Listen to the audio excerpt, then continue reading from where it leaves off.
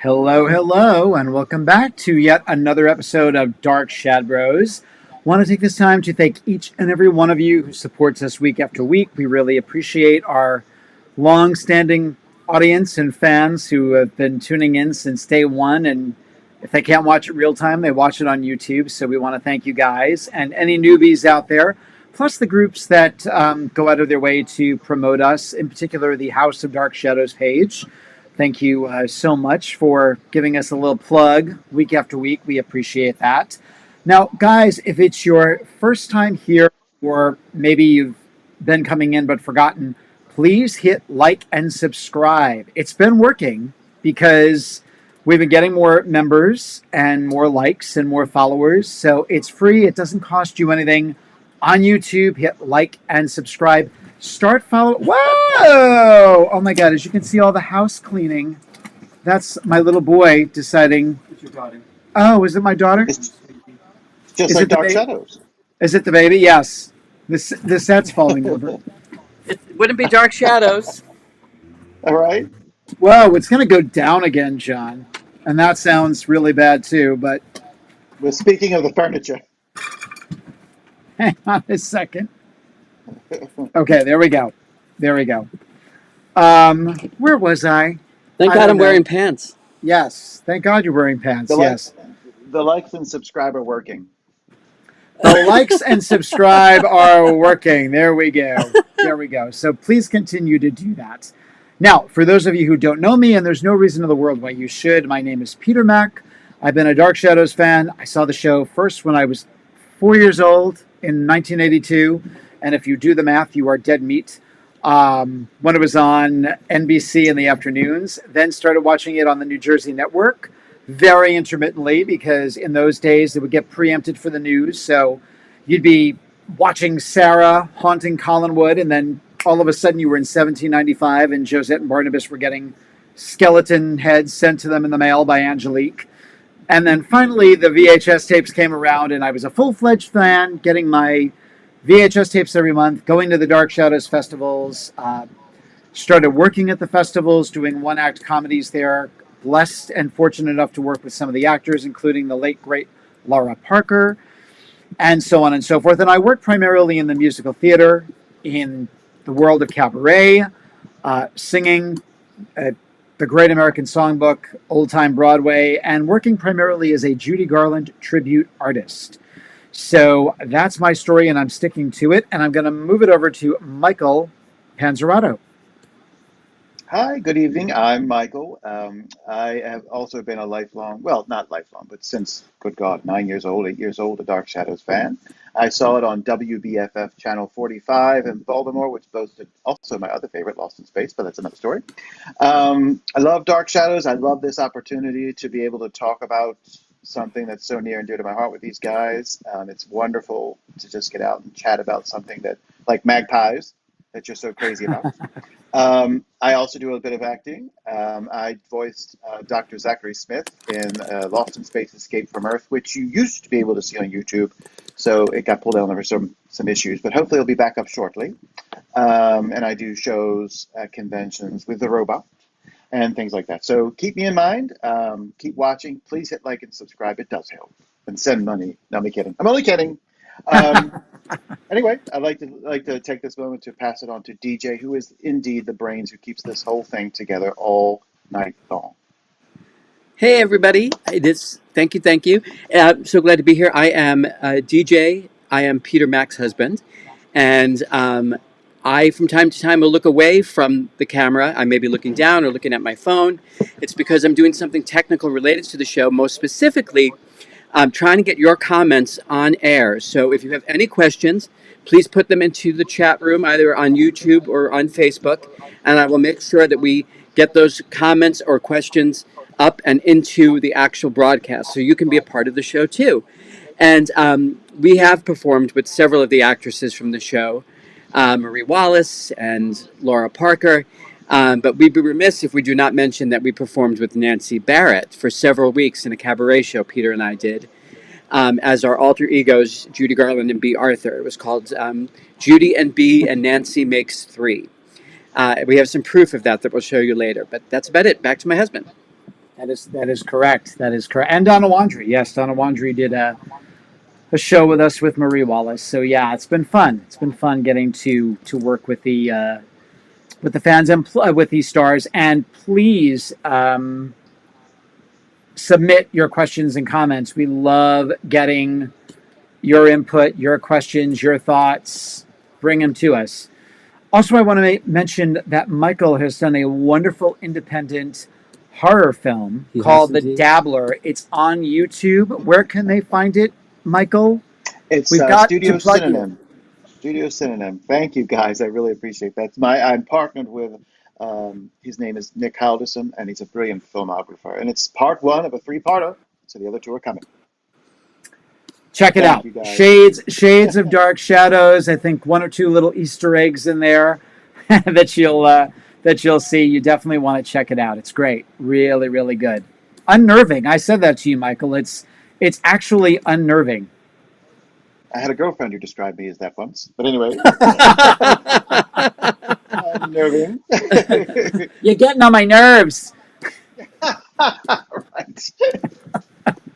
As my grandma would have said, my Italian grandma would have said, you're getting on my nerves.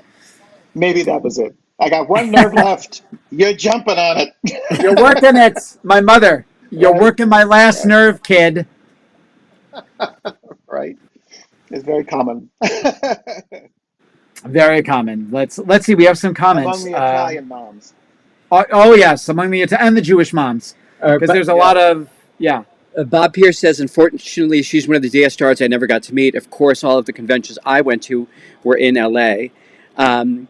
Did Nancy really didn't go to the LA conventions very much, did she? I don't think Nancy ever attended a Los Angeles convention, to my knowledge. No. That's why I didn't get a chance to meet her. No, I think just the East Coast festivals. Yeah. And Marianne Abel says, great show, great, enjoy the show. Thank you, this show. Thank you so much, Marianne. We appreciate you coming week after week. That means the world to us. It's fans like you who are keeping us going. Collinsport 4099 says, can't wait. Thank you so much. Phil says, hello all. Hello, Phil. And of course, Gary Swafford points out when the set fell here on our little sound stage, Dark Shadow blooper indeed. My house of tarot cards. It's like Angelique's flaming house of tarot cards that went up in a blaze of glory. Heart of fire, heart of ice. Bob Pierce says Donna Wandry gets overlooked by the fans. You know, it's funny because we'll get to that down the road. Who said that? That was Bob Pierce. Bob Pierce. You know, I was watching some of her 1840 stuff. She was a really great vampire in 1840. She was really good in her vampiric form. And then as psychic, you know, we don't want to spoil this for anyone who doesn't know it, you know, really. How can you spoil a show that's been off the air for almost 50 years? Newbies. They don't know. Maybe they don't know. I don't know. They're watching it for the first time. It's that initial Roxanne in Parallel Time that's a little, but then again, she's been, you know, comatose. She's been comatose, laying on that uncomfortable blue cot for a year. Beautiful woman too. Pretty. Beautiful, oh no, naturally beautiful woman. And does not look her age. She lives on the Upper West Side in New York, right around the block from where we used to live. So we were rehearsing with her. One of the things I said to Peter was, she looks the same. Yeah.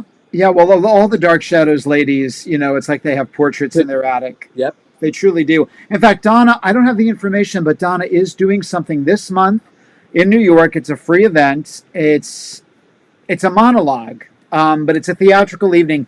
Go on to one of the many Dark Shadows Facebook groups, and if you're in the New York area, you can catch Donna doing that. I know it's a free event, and I believe it is on the Upper West Side. So check that out. Phil says, and this is a good kickoff to our meeting here today, he says, Carolyn was always the moody, on-the-edge girl. Well, I want to open this up by saying, first of all, for those who celebrate, whether you are LGBTQ... Let's not go further. Happy Pride. It is Pride Kickoff Month, and that's one of the reasons I chose Carolyn, because if anybody on that show, and it's a lot of the ladies, you know, would have had...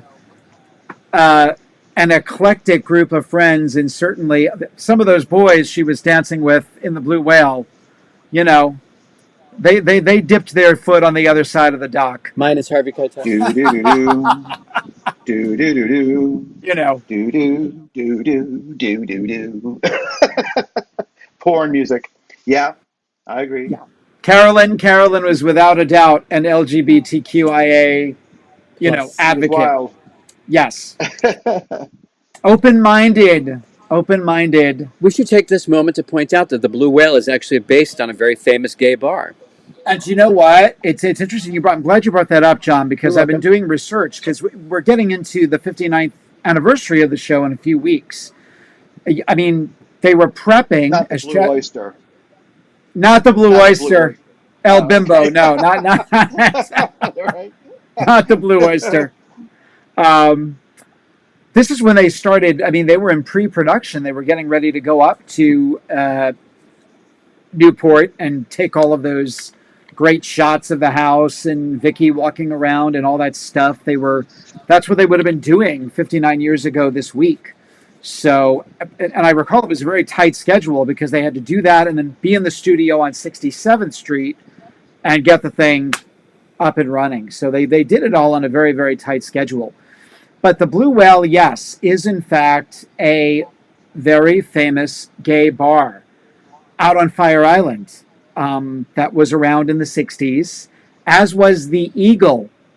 And this was an in-joke from the writers. There's no question that this was an in-joke from the writers. They've confirmed this. And if you do your homework, you'll see that the Blue Whale was originally supposed to be called, I kid you not, the Rainbow Bar. But that was a bridge too far. I don't know if that would have worked so well, but it was supposed to be called the Rainbow Bar. And then they switched it out to the Blue Whale. So, little piece of trivia. But yes, Blue Whale and the Eagle are very famous gay bars from back in the day, and they're both still around. They are both still thriving. Forward thinking. Mark Smith just wrote, I just came back from the West Hollywood Gay Pride Parade. Happy Pride to all. We miss West Hollywood with every ounce of our being. We lived there for many, many years. So we are, Mark, to say we're jealous would be an understatement. So happy Pride to you, though. And wow, they really moved it up. Usually it's like, I'm surprised that they did it this early. I guess because it fell June There's a 1st. lot. There's a lot going on. There's a lot going on in California this June. Anyway, but bringing it back to the subject at hand, Carolyn Stoddard, poor little rich girl, as I think we aptly named this episode.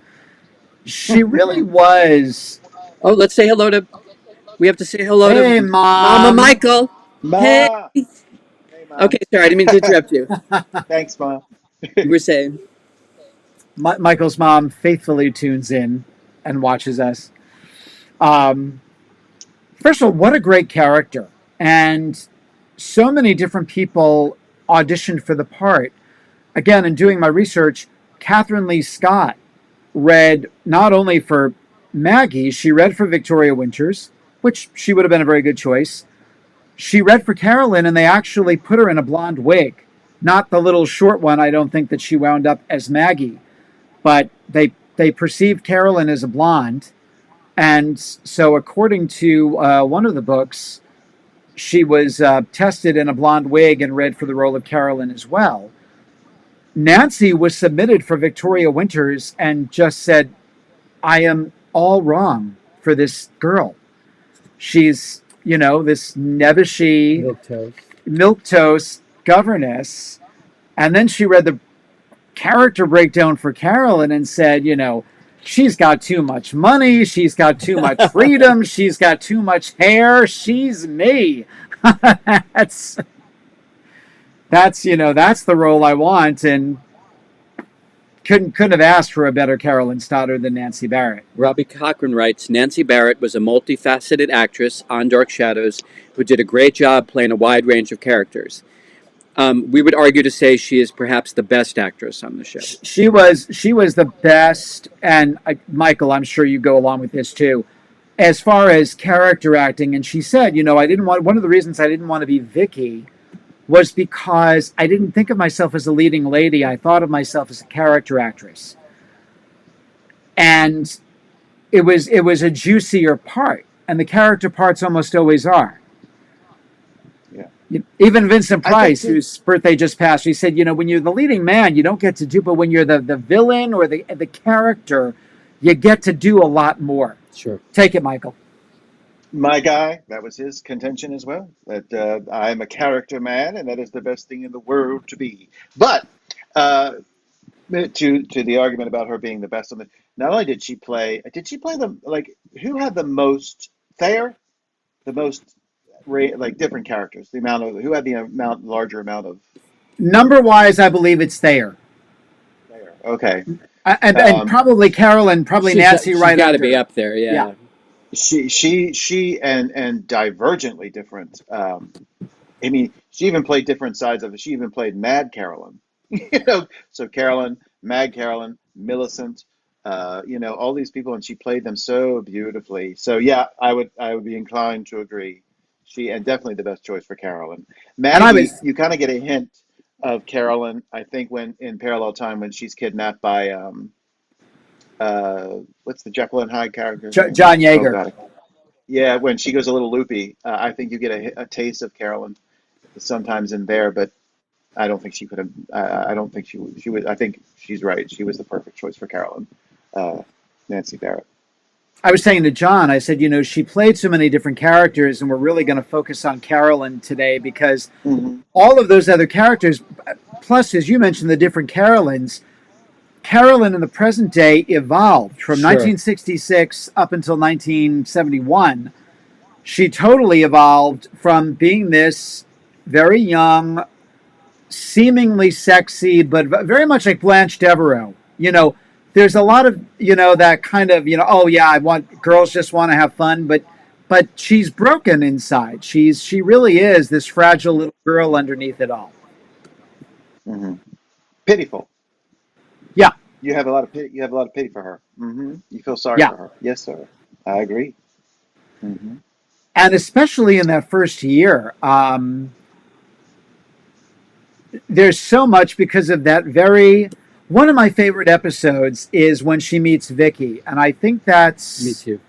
I think that's episode number 3 when she knocks on Vicky's door and they're in the bedroom. And I think we played that during the Alexandra episode we did. I wish we had clips this week. We don't. But when she introduces herself and all of a sudden that bond forms and you can see like, oh my God, I have a friend.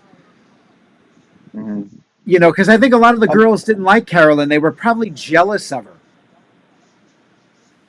Yeah, the princess on the hill. I agree. And then now she's got somebody living in house with her that's not an adult, not a supervisor, but a peer, and other than Crazy David, she's got a little pain in the ass. Right, she's got somebody to chat with and commiserate with and all that kind of stuff. Absolutely. Do you want to keep just to Nancy Barrett's Carolyn, or are we talking about Barbara Blackburn? Carolyn as well?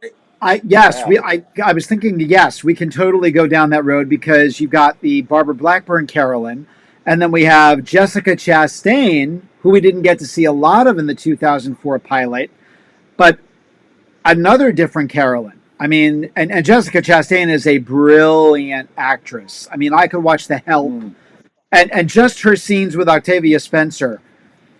Another one who's like Nancy Barrett, this multifaceted actress. I would have loved to have seen what Jessica Chastain would have done with her Carolyn.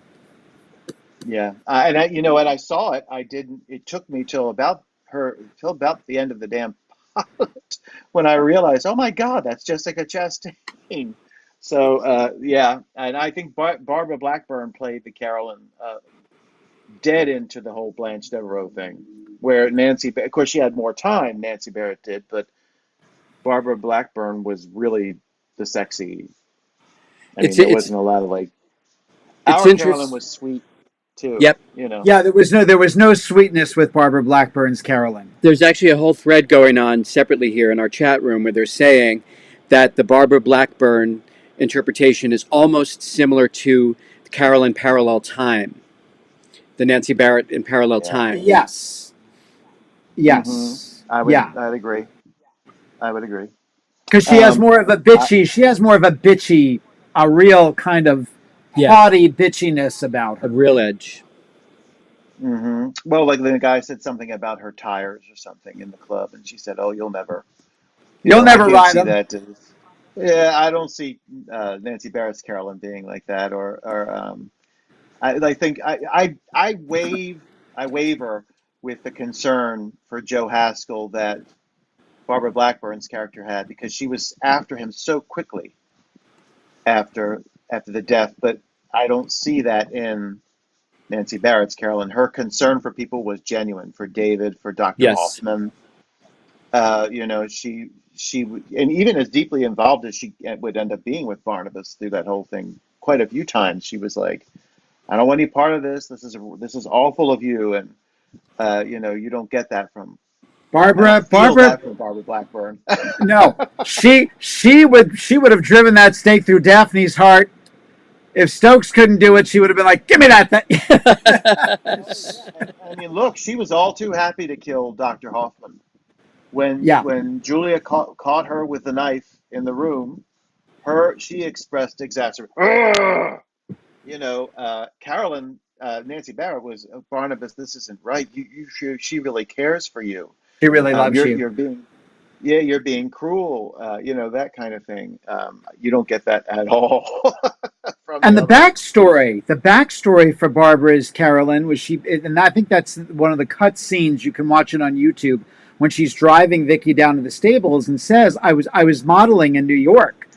So, she had this kind of like really whatever life, and for whatever reason that she came back to be with Yeah. Elizabeth, you Hmm. know, she was probably being a real bad girl in New York. And I also wonder how they might have tied that in with Vicky, because remember, Vicky's from a foundling home in New York, so you also kind of wonder, when she was there, was Carolyn doing some digging to find out what Vicky was all about? Oh, interesting. And did Carolyn ever model with a young lady named Angelique, who would eventually marry Sky Rumson, Sky Rumson. who also modeled in New York? That's right. That's You right. know, But I love that. I love that first year. I love that episode. I'll watch it a lot at bedtime to kind of put me to sleep because they're just so sweet together. I love all of those scenes. She and Alexandra had all of these wonderful, very sisterly type scenes Yep. in Vicky's bedroom, where again, as you said, they would commiserate and talk about what was going on. And I love those scenes. And Alexandra and Nancy became quick friends, and you could see that the chemistry was like so right on. They're still friends today. if you close your eyes and watch those scenes and dismiss the question, you would assume they were sisters. The Yeah, way they exactly. behaved, especially in the early, well, the fact that they went to see Barnabas together and got the story together and the different responses to Barnabas, but the way they were talking about him together and like he's so old world. I wish you'd stop calling him old world. He's European. They're different. That kind of. Yeah, It's not employer employee because Vicky was, for all intent and purpose, an employee. right. There's not a hint of that in any of the conversations with the two of them. So it's really with Joan either. But Yeah. And the way she looks up to Roger, when she's talking to Vicky, and because Vicky doesn't have a great experience out the gate with Roger, right with Roger, right? it's not a good one. And she's just kind of like, I forget what Vicky says, and Carolyn's like, Vicky, Roger Collins has more class in his little earlobe than anyone else in this icky, sticky town. He called her kitten, didn't he? Hello, He kitten. called her kitten. He called her Right? kitten. Yeah, Hello, kitten. yeah. And again, the chemistry, she and Louis, Yeah, yeah. really, really Well, good. the scenes between Carolyn and Joan Bennett, that painful period, where she was going to marry um, McGuire, and Yeah. Carolyn was really hitting a pitch Yeah. with this whole thing and about to leave, and she was going to all this kind of stuff. The conversations that they had were really strong. They were very strong scenes. Um, it's strange sometimes to think what's going on in the backdrop while they're having these Jason McGuire, mom, he's a terrible person, he's doing these terrible things. You can sense the desperation in Carolyn to stop her mother from doing this. And in the It's background, Barnabas is feeding on people. It's crazy. it's interesting you say this. We have a new fan. Jane House is her name. Jane says, "What do you suggest were some of the reasons for young Carolyn's discontent and melancholy? Paul Stoddard, perhaps?" So we were talking about this in the preamble. If you get, and I believe someone's uploaded it now, so you don't have to spend $100 to own a copy, but if you have the Bible, Art Wallace's Bible, which has nothing to do with the supernatural, they talk about the place being spooky, but there are character breakdowns for all of the main characters. And I was going through with Carolyn's. Let's see what we got here. Again, someone made this available to download for free online. Let's see, there was the only daughter of Elizabeth Stoddard is now 17 years old. An intense, attractive girl, Carolyn seems to devote her energies towards counteracting the gloom of the old house within which her mother has imprisoned herself. Armed with an air of independence driven by the devils of rebellion, Carolyn's romantic attachments have, for several years, been a source of distress for her mother and a constant fund of gossip for the housewives of Collinsport. But it wasn't always so. As though to erase the darkness of Colin's house, Elizabeth had raised her daughter on fairy tales and stories of knights in armor. A sensitive child, Carolyn had often retreated into her world of make-believe, a world shared by millions of children in far happier homes. But for Carolyn, the daydreams were often a necessity, since the paneled walls of Colin's house were not only the protective boundaries of home, but were also a prison that prevented a loving mother from sharing the sunlight. Elizabeth did love her daughter. Let there be no question about that.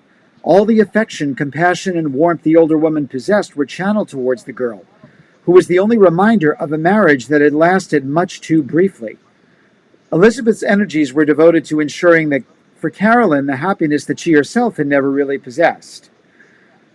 Carolyn's days passed in the Collinsport school and her nights in the house on the hill, and there were times she felt happier when school was out. She could spend all of her time sitting near the edge of the cliff, looking out at the sea, waiting for her father to return. School children can be cruel, and Carolyn was forced over and over again to defend her mother against the taunts of crazy old Liz. Her defense was the defense of the village. She would say that her father was going to come back and that her mother was waiting in the house for his return, and she gradually became to believe it. But she was only 14 when she discovered how attractive she was to the young boys of town.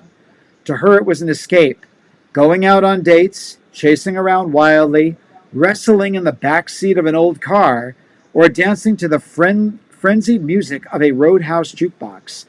All the pleasures she could find were welcome contrast to the paneled gloom of the old house on the hill.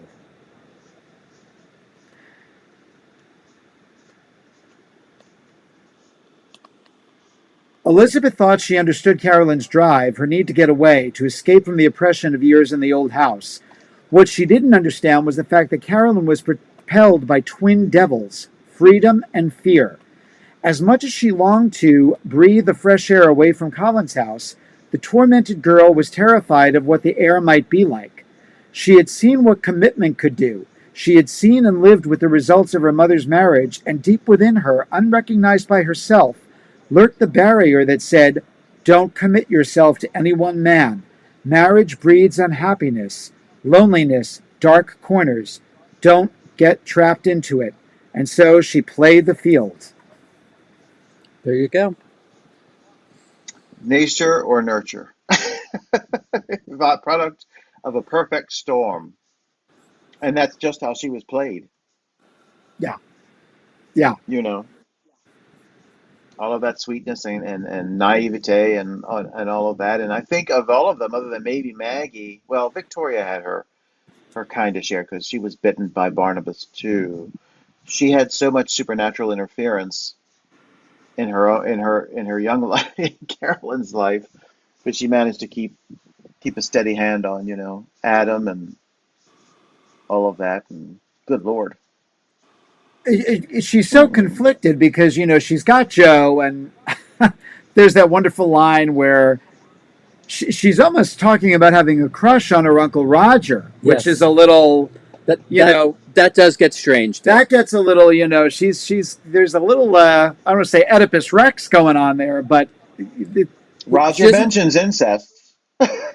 All right. Ancestors. Our ancestors. I mean, our ancestors. our ancestors. So yeah, she's like bordering on, being a little too close to Uncle Roger. What does she say? He's groovy. He sends me. He sends He me. sends me. He really does. And do you know who my mother wants me to get married off to? Joe Haskell, a fisherman yet.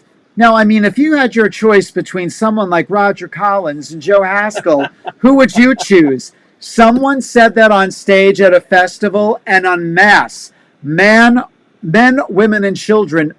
18. Everyone said Joe Haskell.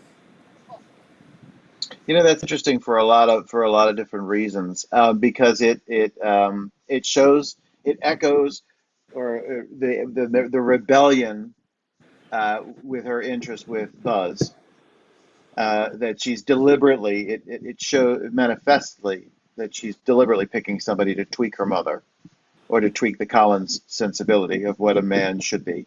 Then it fortifies or galvanizes her attitude with Barnabas when she first meets him. He's just how a Collins should be, like Roger says, or she falls into that whole romantic and intelligent and old world and all that kind of stuff. And then she ends up with with who? Jeb. With With Jeb. neither of them. So Yeah. it's interesting. There's that arc, that growth, the character through the years, and pulling away from what she was told is the best guy to be with, and what she finds to be the best guy for her. And this idea, though, that then Burke Devlin, and she has no idea who Burke Devlin is. This is who she was kept in the shadows about all of this stuff. So now she wants Burke, and Burke is clearly interested in Vicky. I mean, he's leading Carolyn on.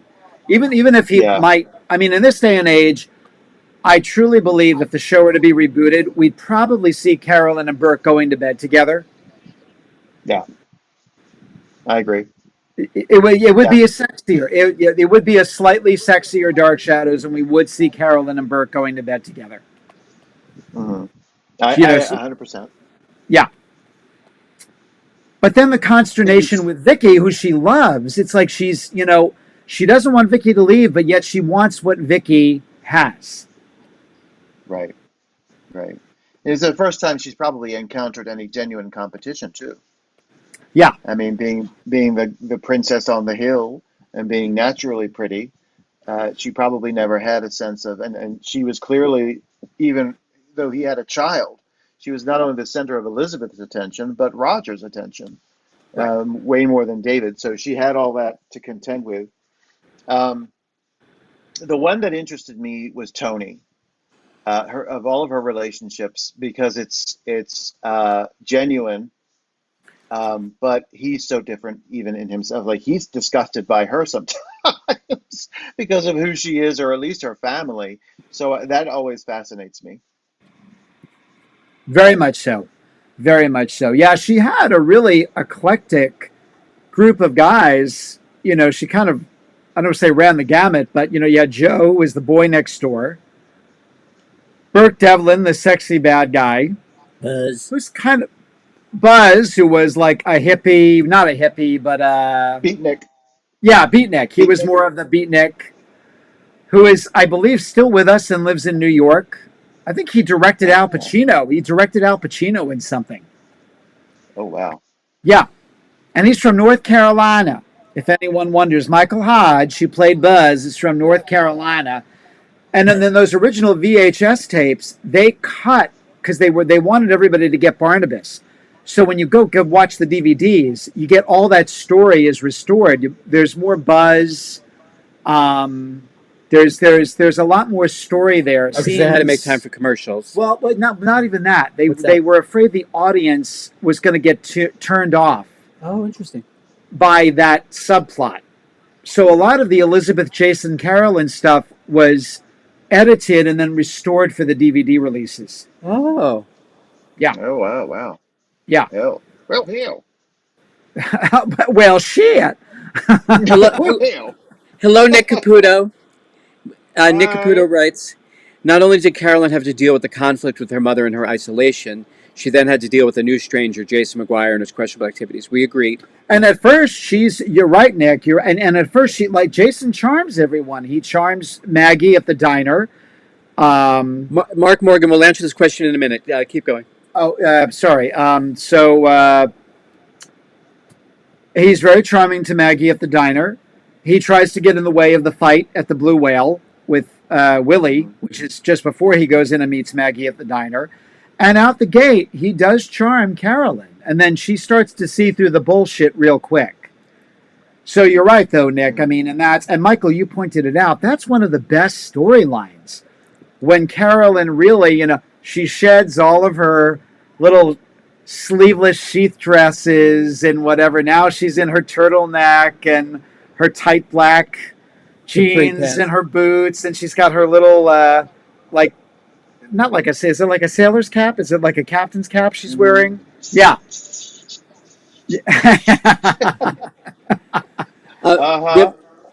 We have a newer fan who's asking a question. It's off topic, but let's answer it. So off topic of Nancy Barrett, what is the beef between Loretta Swit and Laura Parker? You must have read my Facebook post, Mark, because yes, Loretta Swit did pass away.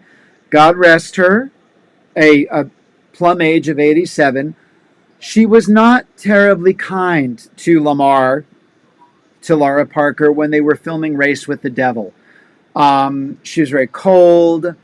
Lamar imparted, stuff to us. I mean, close friends, and I'm not going to get into it, but she was not terribly kind. And I believe she was jealous. And that's not the first time I've heard those stories, because Loretta did, not to speak ill of the dead, she did a production of Mame, which someone said should have been called Maimed. And she was not terribly kind to some of the people she worked with in that show. So I think it depended. Again, I don't want to speak ill of the dead, but she just was, the bottom line, not terribly kind. Phil has an answer to the question. Mark, Loretta was jealous of Laura and tried to literally overshadow Laura in their scenes together. Well, there we go. Yeah, Phil, yeah. No. Didn't work, No. baby. No. McGuire didn't charm Buzz. No, he certainly did not. He did not. I think, that we always say this about the writers, but the scenes, those scenes that we were just talking about, the McGuire, Carolyn, and Elizabeth thing, was played out so well. I mean, you've got the full weight of the world on Joan Bennett's shoulders, on Elizabeth's shoulders, because she does not love this guy. She does not want to be with this guy. If she tells people this, they're going to want to know why and what's really going on and what the hell are you doing, da-da-da-da-da. It's coming from, she's getting all this gift from her kid, who she adores, and who is the reason for all this secrecy and all of this.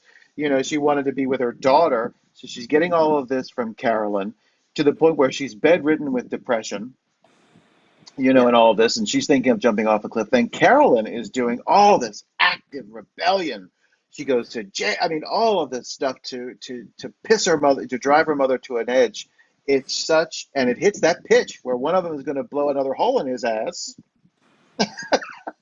I wanted to play that scene, because that Joan should have, she got a Daytime Emmy nomination in '68, but for that storyline, which had much more heft than her trying to be buried alive, right? That storyline, and when she does, Vicky gets her to leave the house, and she walks into, Sheriff Patterson's office, and that whole scene, it's so beautifully played, and all of this anguish that Elizabeth is, and she wants to get locked back up in the cell again, and she's like, no, don't you understand? I came here to get you. I want you home.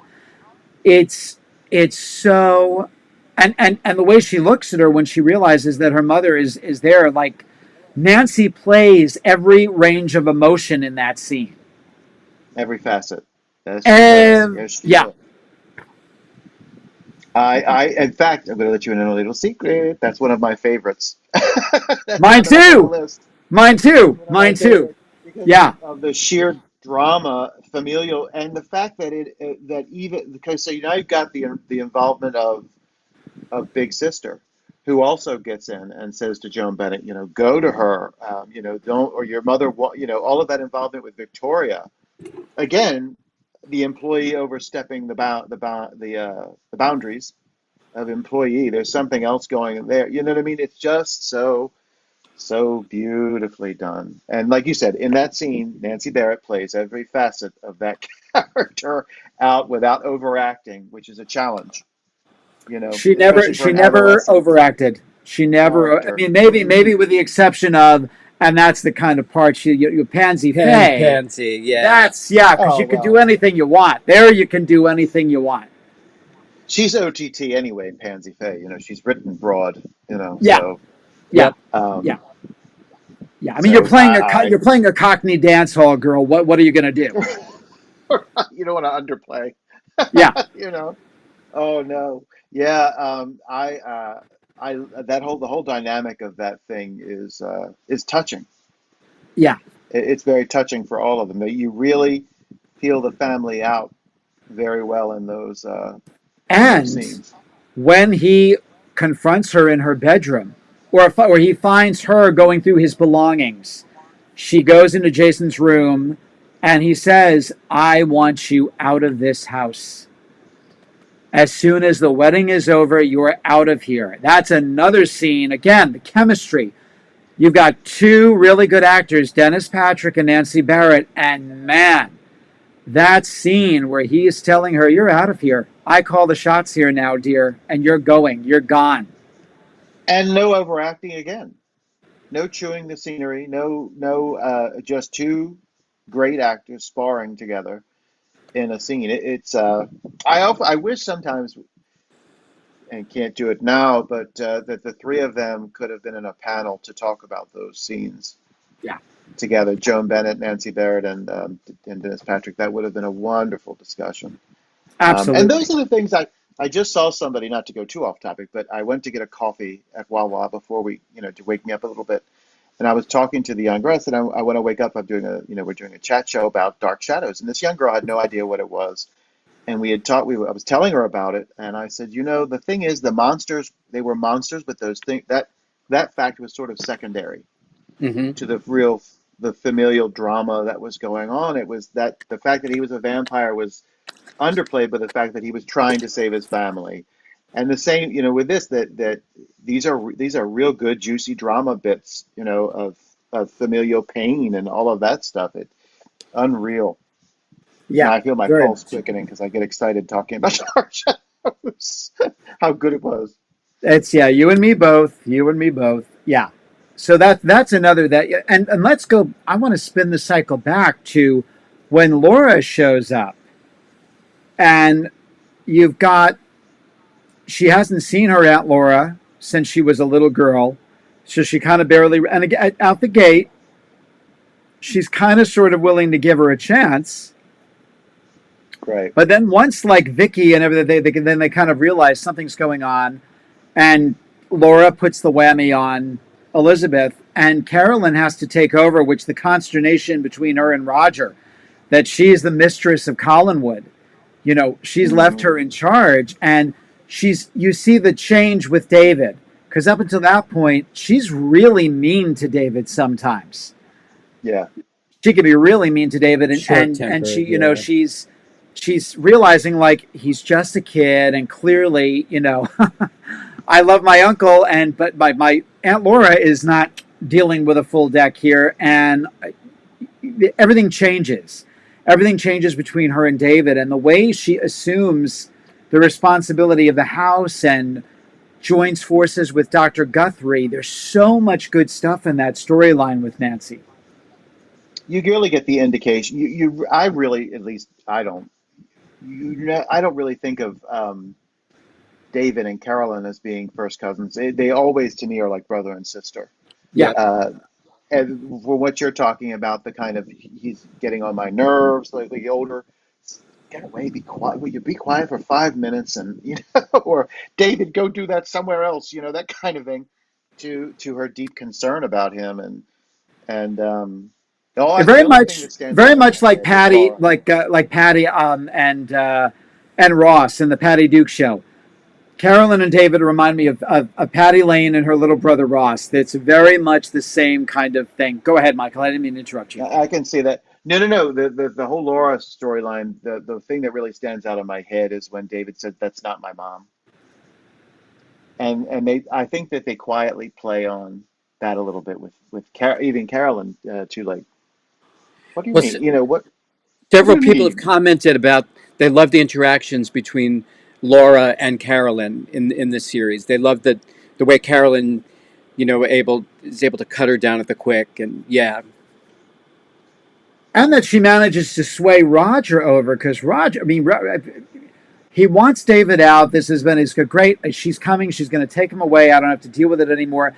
And even Roger, that's when we see that Roger does have a heart underneath it all, and has no choice but to do what Carolyn says because she's been left in charge.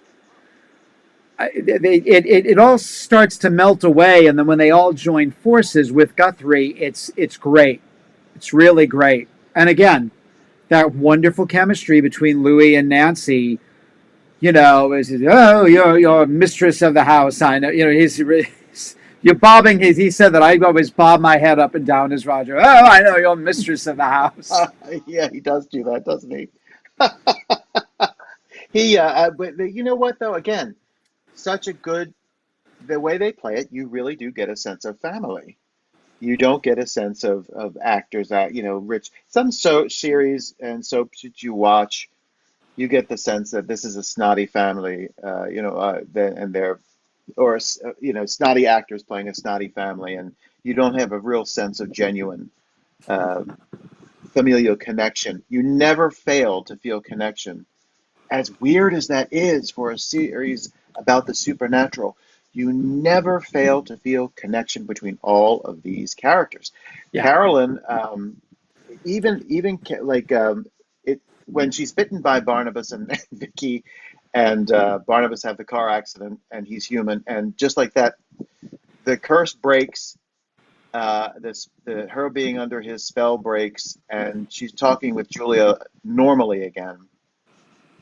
You feel like the supernatural hold on her broke. It's not like you don't sense the acting changing, but she plays it so smoothly. I think she's looking in the mirror at a scarf or something. She takes it off, and that's when Julia says, "Oh my God," or whatever she says. And they're getting along fine, and Carolyn has no idea what the hell she's talking about, and Julia's like, "Well, I don't know if I trust this bitch," but Nancy Barrett plays it so without a break, so smooth. You don't get you really get the feeling that a spell has broken and she has no idea what she's talking about it. And as cruel as she does defend Julia, but she's also cold to her. Yeah, she's teetering. She's teetering. And at the same time she's playing. It breaks your heart because she does like Tony, and Barnabas seems to call on her every time she's supposed to meet with him, and you really feel bad for her because she wants to be with him, but she can't resist going to that old man, as Tony says. I saw you the arms, that old man, and the arms of that old man. Yeah, I'm like, ooh, he's only in his Carolyn. 40s. You kind of see Carolyn saying, "For Christ's sake, just do what you did the first year of the show. Go suck a cow right now."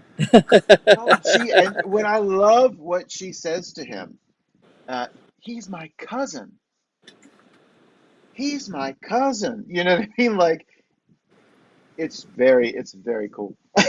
It's very Yeah, because it is sort of we've talked about that connection between the vampire and the victim being uber sexual.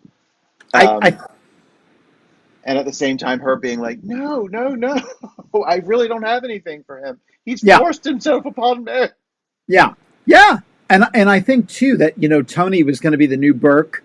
I kind of Yeah, sensed that that's what they were going for, was a new Burke Devlin with him, even though yeah. the story never went anywhere. He had the same disdain for the Collins family that Burke did, and in fact, I think he refers to her as poor little rich girl. I'm pretty sure Tony He is did. uses yeah, yeah, When he says, I don't want anything to do with you, I think with that part after he's seen her, I think after the bite, he says that to her when they have that argument in the foyer. in They, the foyer. I think you're 100% right. I think that shows did what they do so often. They get rid of a character and then they see the audience there's love for the character and they think, oh shit, what did we do? We come up with another Burke. Yeah, So I think you're right. 1,000. It's strange to me that the character didn't really go anywhere because they could have fit him in somewhere. I mean, they had an 100%. incarnation of Trask in every timeline. You couldn't Right. tell me you couldn't get more Tony in there, you Right. know. yeah. That's where they would Mm, fall into a thing where, again, like with oh gosh, with Michael Stroka, who I love, but right. they're pretty much. I think the most unlikable is probably Bruno. But again, everyone in that parallel time, you want to shoot. You you just want to kill them. You give me the match. I'll set the house on fire. Get rid of them all. Horrible human beings, one and all, Yeah. We except have several Elizabeth. I think comments and I guess that questions. Go ahead, John. I'm sorry. It's okay. We have several comments and questions. A lot of new people watching. We'll try to get to you. Robbie Cochran asks, can you reveal any details of the marriage between Nancy and David Ford? They were married for 2 years. There was a 16-year age difference. And in Craig Hamrick's book, they point out that they broke up because of David's alcoholism. So if you want more on that, you can read Craig Hamrick's book, which is called Barnabas and Company. Barnabas and Company. Barnabas and Company. Yes. There's the original version, and then there's the revised, bigger version that he was working on when we lost him to cancer.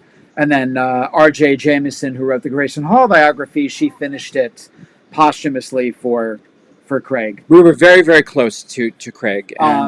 Yeah, and Craig is the reason, we'll get to that, why we started working with Nancy back Yep. back in the day. Yeah, I think it was they they obviously clicked, Nancy and David, and they were responsible for getting Jerry Lacey on the show because they were doing a play with him. I guess they were going back and forth, and so they met Jerry at the theater. I think it was in Pennsylvania. I'm pretty sure it was in Pennsylvania, and they recommended him to Dan Curtis, and that's how he got the part of Tony Peterson. It was because of oh Nancy and wow, David. Yeah. oh wow. Uh, we have a new fan and subscriber. Her name is Christine Jeffrey. Christine writes, thanks for doing a show on Carolyn Stoddard, played by the talented Nancy Barrett. I have loved all of her characters. Love your podcast, too. So thank you, Christine, for tuning in. Thanks, Christine. We appreciate that. Thank you, madam. Is there something we missed? Let's see. Gary Swafford asks, do you guys feel that Nancy Barrett got her due in DS fandom early on? It felt to me for a long time that Nancy wasn't mentioned very often. That has changed in recent years and makes me feel very happy to see her being appreciated. Nancy will tell you, and it's even in interviews, she is a brilliant actress. She wouldn't say that. She's very humble. And much like Alexandra, it's a job. She said, I never looked at it as anything other than a job. This was a job. I was hired to do this show, and I was doing my job. She was horrified one day on a crosstown bus when a couple of young girls, she's like, I realized that they noticed, they knew who I was. And I could hear them saying, dark shadows. And Nancy just kind of wanted to slink down into the seat because it's what Alexandra said about, I love doing plays, but then there's the curtain call and I want to sink through the floor because I'm not my character anymore. And if I'm not my character, what am I? Who am I? So Nancy had grappled with that. This is just my job. This is what do you mean you look up to me? What do you mean you look up to Carolyn? That kind of thing. Fandom was something she didn't quite get a handle on, and I think that's why she kind of kept it at bay. It wasn't the fans. The fans wanted her the same way they've always wanted Alexandra to show up, but it she it took a while. And I think it was when she was doing a play called A Gathering of Nettles. And, oh, God, Nathan, I forget, he directed that. I got to meet Nathan a couple of times. Very nice guy. And some Dark Shadows fans went to see the show. And they said, we don't want to bother her. But he got her. And that kind of like seemed to break this wall that she had put up. Because the fans were genuinely interested and they didn't want to be too clawing or whatever, but I think she sat and chatted with them for like 2 hours after the play. And I think that's what started to get her. So it wasn't the fans. Nancy was just never like, it was not that to be mean. It's like, what do you mean you want my autograph? She signed autographs at the stage door, but she couldn't wrap her head around all of that. So she doesn't even like charging. Do you remember when she was at the one festival, John, and she was trying to get photos together, and Craig was helping her get photos together to have at her table, and someone would come over and she'd go, it says $10. I don't know, what about $5? Right. She didn't even feel comfortable charging for the autographs. She hated charging. So, just a very, very humble, down-to-earth lady, a lot of fun. So it was more that she was kind of like, I can't do this. They don't want to know about me. They're not interested in me. And it was like, yes, we are. we want to know you. We want to meet you. Angel, what an attractive quality. Indeed. Angel Hart Collins, hi. She says a little quick hi to us. Nick Caputo points out, as well as Phil, not everyone is inclined to celebrity. And certainly Nancy falls into that category. Yeah. Interesting. I think she reminds me of John Carlin in the sense that he always made it sound so easy and relaxed. Yeah. He's another one who hated charging. He would run across and do another play and be into this and come in and do Willie for a little bit, and he'd read over it and he loved the lines and he loved and she makes it look, it's not, but she makes it look easy. I mean, every part she does, and the little subtle, like when she was Charity under Barnabas's thrall, her voice would dip. Like, remember Amy in Fright Night? I know. Amy is I know. Well, she had that quality in Charity when she was under his thrall, just tiny little subtle things that she would do. Like I said, how cold and how easy she could turn it off and on with Dr. Hoffman when she was, she was helping him while also defending her. I think that's a dynamic that she pulled off beautifully. Very much so. Very much so. And she stood toe to toe with Barnabas a few times. Yeah. You're tired. Go to bed. You're tired, Carolyn. Come here. I love that scene. The lead up to all of that, because again, like with Laura, she's thinking something is going on here. There's more to it. Why is he singling out cousin Barnabas? Something is good. And then Sarah shows up in her bedroom, and then she really is, she says, I believe you, but we have to, she has that little meeting with David. She's determined, and you can't, isn't that, you can't go to the old house. You can't. Which is scary AF. Scary that. AF.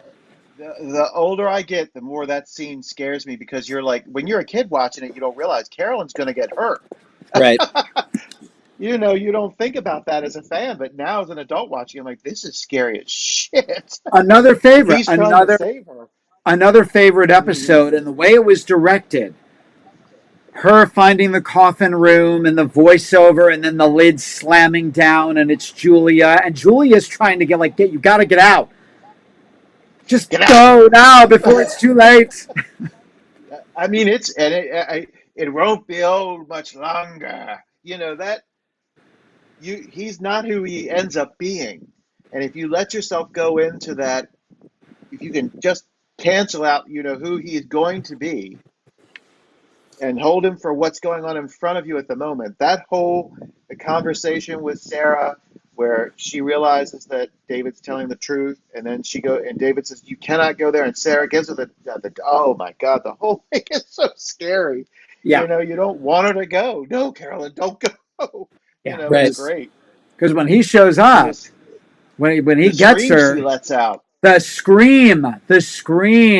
Oh my God! And they just cut. There's not even a stinger, which is great. They didn't put any music. They just let the scream say it, and it goes to black. Oh my God! It's perfect. He bit her with his not so sharp fangs. My father used to say, "Probably still be chewing on her neck or an hour before he gets to the blood." Uh, uh, uh, uh. we One of the most frightening scenes in the series. 1,000 times over, yes. we have a question from a newer fan, Mark Smith. Hello, Mark. Was Nancy also a singer and a dancer besides being an actress? She was indeed. She performed with us in a musical cabaret show. She performed with Davy Jones. Davy Jones, in the Broadway musical Pickwick, Pickwick. based on the play Pickwick Papers. Yeah, yeah. She told us backstage. She told us some fun stories about working with Davy Jones. And Charlotte Ray, right? Am I making that up? No, Marie worked with Charlotte Ray. There's somebody else, a famous actress who was in Pickwick. I don't doubt that. Please hold. You can Google it. Who else was in Pickwick with Nancy Barrett? But yeah, she told us some funny stories, and I wish. And this is where we talk about Mark, where the show might have gone. And the fact that when everyone says, "Oh, the show ran out of steam," that's not true. Dan Curtis pardon me if there are kids watching. He fucked himself over by firing his leading man and shooting himself in the foot. That's why Dark Shadows ended. They had a good 2 to 3 years, and the story I would have done. We talked about the Mummy, the Phantom of the Opera, and you would have had Nancy. It would have been the Phantom of Collinsport. You would have had Nancy. Charlotte Ray. Oh, it was Charlotte Ray? Yeah. I stand corrected. You would have had Nancy playing the Christine part. That was a story they could have done because she was, I think she was at the height of her prowess as a singer, at that point in her life, being in her, mid to late 20s. So I would have liked to have seen that be one of the storylines going into 1972, 73, the Phantom of Collinsport, and it would have been Nancy and whoever they would have picked to have been the Phantom. Oh, how cool would that have He, been? he, every time we have this conversation, it breaks my heart because they could do all this now. Sure. They could do all of this. And they did a brilliant crossover in the comics where Barnabas runs into, what was the Darren McGavin character that Curtis came up with? Kolchak. Oh, Kolchak. Kolchak. Yeah, they had a little snippet where he went through Collinwood and he met with Barnabas. And I thought, wow, if he had only kept his big yapper, the zoo shut, he could have had a lovely crossover with, or something, But Phantom of the Opera, I'd forgotten all about that. That would have been a brilliant storyline for them. I would have liked that. Here's a direct question related to that. Do you think it could have lasted into 1973 or 74? We had easily, I think, The Mummy, Phantom of the Opera. I've got a list somewhere. We could have gotten 2 to 3 more years out of Dark Shadows. And I think even Nancy said that in a fairly recent interview. She said, on the one hand, we thought this, and then I think it could have gone. She did say that in an interview that she felt it could have gone on for at least another 2 years. So Easy. You know how I know that? Hammer and all of the movies that Curtis put out after, and the Vincent Price cycle, the later Theater of Blood and all of that. Dark Shadows could have gone very easily because it fed off of the juice of the Hammer films, and it fed off. We talked about a Hammer feel a couple of times in Dark Shadows, and that was very wise to do. But I mean, I absolutely think it could have easily gone on uh, a couple more years, and we'd have had all that lovely work with Grayson and Thayer David and Yeah. all that, and the lovely Miss Barrett, who, And her you know, singing, like as with her singing career. So Craig Hamrick, who wrote Barnabas and Company, we had become friends, and he had been to see our show, which we were doing. It's Judy Garland and B. Arthur team up to do a cabaret show together, and it was a lot of fun. We were doing it at a cabaret club called Helen's, and Craig had been to see it, and he took photos, which I just found, photos that he took of us for publicity, as well as some video that he did of us. I have to transfer all of this stuff, and he's like, "What do you guys think about Nancy Barrett joining you as a guest star?" You know, and after I came to, I was like, "Oh," 'cause Nancy had started coming back to the festival several years before, and that was her entree was her cabaret show. She didn't do a Q&A, and I don't believe she signed autographs that year, but it was at the Marriott Marquis, and basically her opener was "As If We Never Said Goodbye" from Sunset Boulevard, which she tailored with the line at the end of the song was "We gave the world new ways to dream," and she changed it to "We gave the world nightmares and dreams." So that was great. And then she picked a song for Carolyn, which she said is perfect. "Girls Just Want to Have Fun." So she did a little monologue about Carolyn and then launched into "Girls Just Want to Have Fun."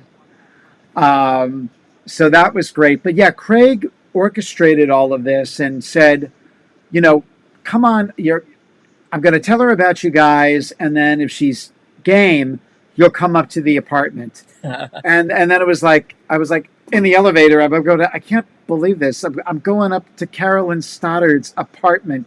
Pinch me. I mean, she was great. We thought we were going to be there for a half an hour. 3.5 hours went by. And she was interested in us. Yes. You know, she wanted to know about Judy. She was asking all these questions about Judy Garland. She wanted to know about Golden Girls. She was a Golden Girls fan. She was quoting her favorite lines from Golden Girls, where she said, I love the line that B. Arthur has where, you know, Blanche says, "Are you telling me Stan wasn't good with money?" And Dorothy says, "Are you kidding? The man had to get naked to count to 23. To 21. Do you have the picture? I have the picture. So then she agreed, and this was us. Let me see if I can get it close here. I hate the glare, but That's perfect, right that's there. John is B, and Miss Barrett in the middle, and me is Miss Garland, wearing a replica of her famous Valley of the Dolls pantsuit. And I wish we had scanned it in, but you can see that was after one of the shows. We have a couple of more somewhere. I'm putting them together for a project I'm working on. But yeah, that was a lot of fun. That was a lot of fun. And she did about 8 weeks with us. She was a dream to work with. Her husband, not so much. And not to speak ill of the dead, he's gone now. I can say it. Even Craig. If we could get out the Ouija board and speak to Craig. Craig was like, yeah, he's a piece of work. So, Stuart. He was and 27 she's so years. sweet, So sweet. He was 27 years older than Nancy. and she And liked to mow. yes, and he was an impossible human being. That's to say the He least. threw a cake at the general manager of the club. It was in a box, but he threw a cake at the general manager of the club. So he was not the nicest, easiest guy to get along No. with. But Nancy, You bet. everybody adored. Everybody adored. And everybody liked her second husband, who she was with for many, many years, Dr. Harold Kaplan. Harold, yeah. He was a very well-respected child psychiatrist and interventional youth psychiatrist. So published and just genius. Yeah. And they were together for many, many years. Yeah, we talked about, she told us, what a great cook Grayson Hall was. She said, Grayson, that was her like big thing. She loved to cook, and her favorite word was hoo-ha. She said that was her favorite thing. She'd say, what in the hoo-ha is going on? That was her go-to, Grayson's go-to. They stayed very good friends. Sam and Grayson liked Nancy a lot. Because don't forget, Julie she went Bowen on. reminds me of Grayson Hall. I don't know why. There's something about Julie Bowen that reminds me of Grayson Hall. Oh, from Modern Family. Every time I watch it, and she's a yeah. local girl, Baltimore girl. Can, Every time. we've been asked this question several times, so let me pull this up. Um, didn't another actress fill in for Nancy in the part of Carolyn for one episode?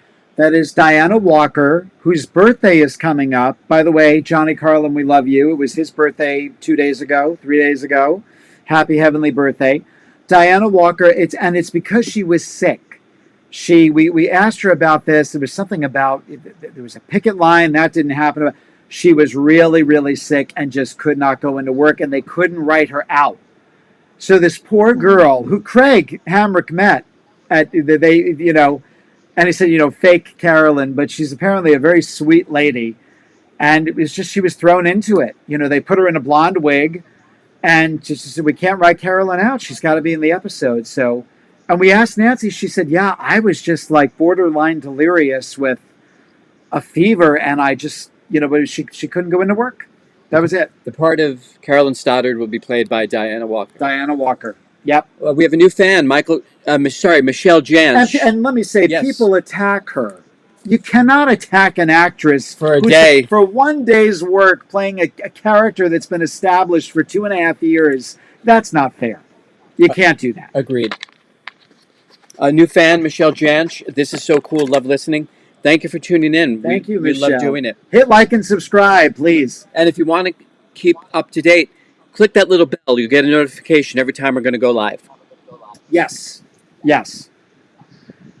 So, yes, she did. I know that was a long way around, but she did have she did cabaret shows, other cabaret shows of her own in New York, at Don't Tell Mamas and a couple of other places. So, yeah, she kept up with her singing for a while, and she would almost always do a cabaret show at the festivals. And we just had a blast working with her. She was a lot of fun. And with Michael, what you mentioned about how natural she was, she would be going over lines in the dressing room because we had some scripted stuff. And one day she started talking, and I was like, what? I'm like, oh my God, she's doing her lines. I thought she was talking to me. So natural. It was that kind of Spencer Tracy thing they would say about Spencer, that it was so real. Yep. Or Lorette Taylor. Let me tell you, Nancy Barrett should do the Lorette Taylor story. Look her up. Lorette Taylor was an actress who was original Glass Menagerie. The mother, yep. The mother. And or the daughter. No, the mother. Was it the mother? Yeah. And they did a screen test, and they wouldn't hire her because they said she's too real. Hollywood wouldn't take her because they said she's too realistic. Wow. So she had this theater career. Too good. Yeah. Damn. Yeah. That stinks out loud. Truly. Truly. A couple of people are asking, do we have a couple of different Sheriff Pattersons for a few episodes? Yeah, because I think when we first started, Michael, is it Jonas? Does it start out with Jonas, I think? Let me take a look. It's not. Yes. It's not Sheriff. It's not Sheriff Patterson out the gate. It's Jonas, who's doing all of the investigating with the car. And the tampered brakes and Burke. That's Jonas, if I'm not mistaken. And then Dana Elcar comes in. In fact, I think the first time we see him, Dana Elcar has a mustache, which he looked horrible. 4 actors played Sheriff Patterson alone. And wow. Then, let's see. Including Dennis Patrick in the movie. The little silver bullets will get him. Let's see here. Oh, little wooden crosses. That's what it is. Don't worry, sir. The men know the little wooden crosses will protect them. It's one of the most famous lines in movie history. Let's see. Dan and Claire was the original longest running. It just gives me George. It just says George Patterson. Yeah. We've been asked a question, so I'm gonna put this in because I think it's Jonas Carter. Jonas Carter. Jonas Carter was the first sheriff. Yep, 19 Burke Devlin's manslaughter case. Jonas Carter. Yeah. Gary Swafford asks, who would play Carolyn now when they do the new show? Oh God. Oh God, if and when they do a new show, well, like here we're talking about all the different. I would hope, again, we talked about this in the last episode. So, a Dark Shadows reboot, in my perfect world, you're going back, and the show was set in 1966, and all vintage, because now we're going to have a costume piece within a costume piece. You're going to have their 60s hairdos and clothes, and then you're going to go into the past and you're going to get more costume stuff like Bridgerton. You got to find someone that would be like a Nancy Barrett. And offhand, you keep up more with movie people, Michael. So who out there now would be like a Nancy Barrett type? Michelle Williams, but she's getting a little too old. She's too old. Too old. I don't mean to age, but no, she's too old. She had a lot of energy, so it'd have to be an actress with a great deal of energy in the character. And with a little girl who did for the movie was not awful. I mean, she went with Chloe Moretz. Yeah, she wasn't awful. I think she did a pretty good job. Trying to think, an American actress.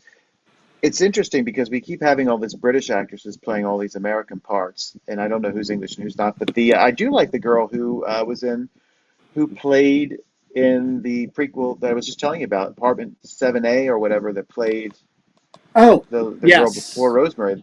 That actress, I think she would do a good job. She kind of has the look. She's got the energy.